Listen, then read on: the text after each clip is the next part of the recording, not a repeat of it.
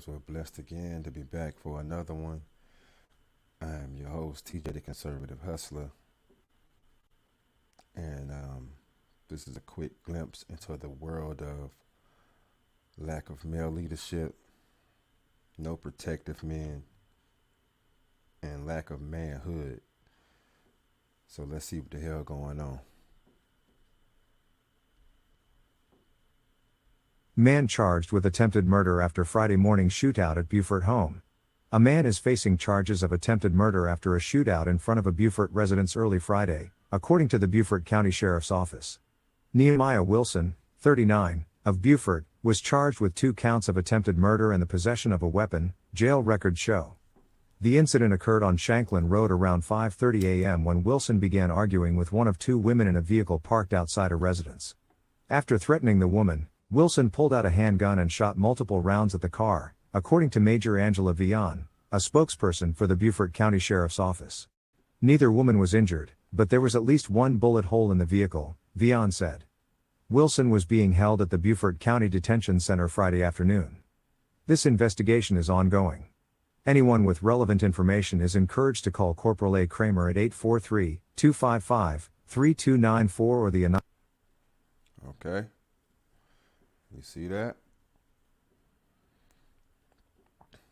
You see that? We're not just, arguing with the females. We're not getting into a physical altercation, which you should never do. They're not hitting and fighting and spitting at you no more. They're shooting your car up at 5:30 in the morning. Huh? Is that displaying manhood? Huh? And if I'm the Uncle Tom Coon sellout, what the hell do you call him? Somebody please let me know. I'm waiting to find that out. Police say road rage led to a fatal shooting overnight. It happened right around 11:30 near 19th and Mitchell. Police say a 31-year-old man died at the scene and a 28-year-old man was taken into custody. Charges are expected to be referred in the coming days. Police are still investigating exactly what led up to that shooting. New tonight, a Milwaukee woman searching for her sister's killer. It has been 1 week since 20-year-old Alexis Gridiron was shot and killed on Milwaukee's north side. Cassidy Williams is live tonight with why her sister says she thinks she knows who did this. Cassidy? Well, Ted, Milwaukee police have not released any official information about a suspect, but Gridiron's family say they believe she was a victim of domestic violence, killed by her ex-boyfriend. It's a phone call that forever changes a family. I was at work. My grandma called, and I could just hear it in her voice. Something was wrong. She paused, and she said, "Lexi dead."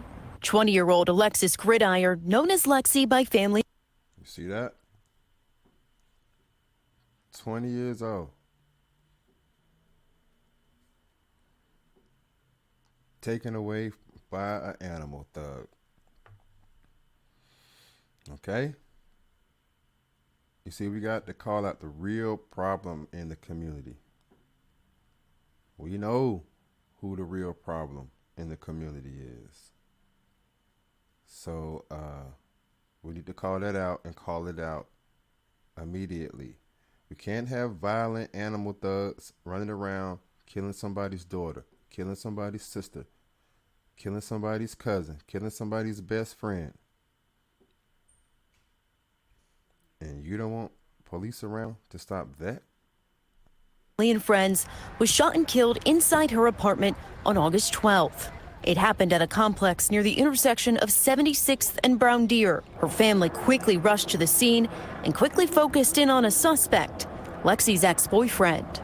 He was basically stalking her, harassing her, lurking around her apartment building, and the morning that it happened, he waited for a friend to leave, and that's how he was able to get in the building. She never knew he was there. Lexi's big sister, Deshae Campbell, sat down with us Sunday because it's been 9 days, and the ex-boyfriend is still on the run. We're mourning, we're grieving, and he's still roaming the streets.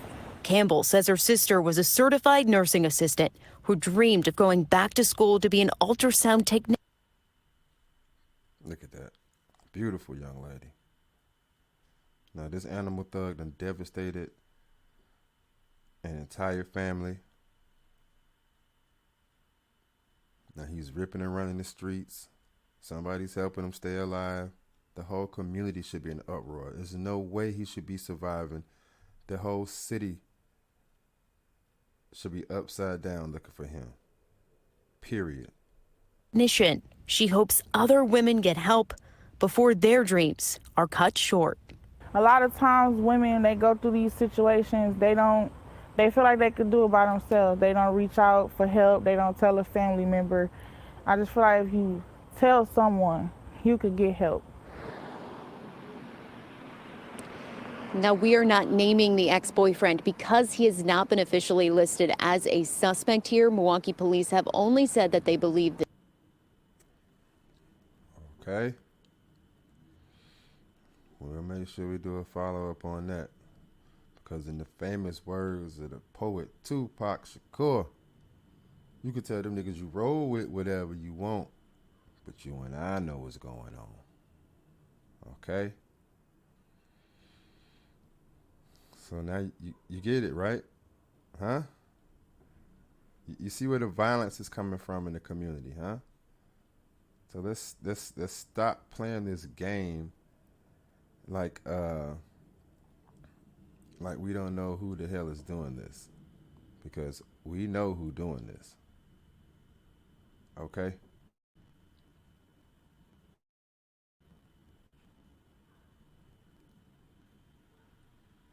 Ain't no damn.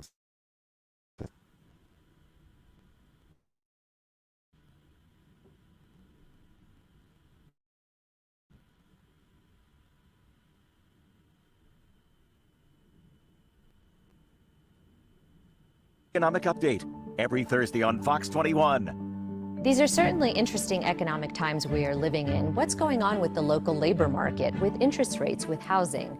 I'm Tatiana Bailey with the UCCS Economic Forum. And new tonight at 5.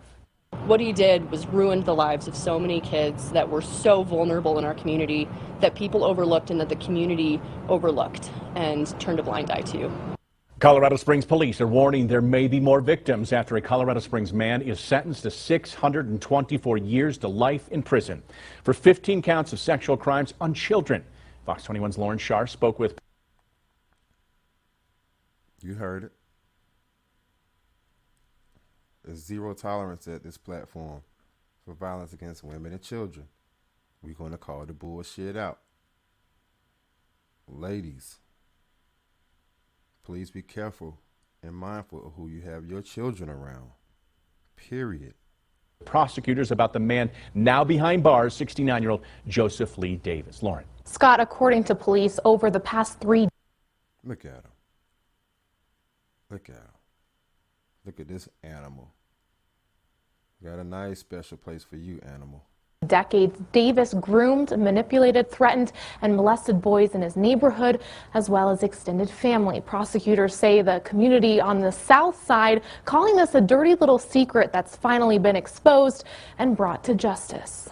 Unfortunately, I don't think we're ever going to know how many victims or how many people this man has tormented or affected throughout his life. Police were notified of 69-year-old Joseph Davis in 2018 from the youngest victim, who was just 9 years old. After a search warrant, police discovered what prosecutors say was a lifetime of child molestation evidence. They have their pictures. You heard that? A lifetime of child molestation evidence. How sick do you have to be? It's up everywhere. Right. Just boys even from a decade or more ago. He had them up on the walls, laminated.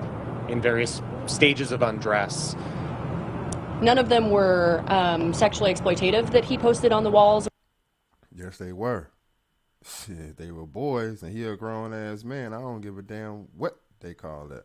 Around the house, but they certainly would give anybody who was in there and looking at them pause because they were not a family. So far, 7 victims coming forward, but prosecutors believe there are many more. They found boxes full of writings about him grooming boys and the sexual crimes he committed. He wrote very graphically in his journals, and he would write about how they were getting too old, and he would cut them loose at a certain age. Prosecutors.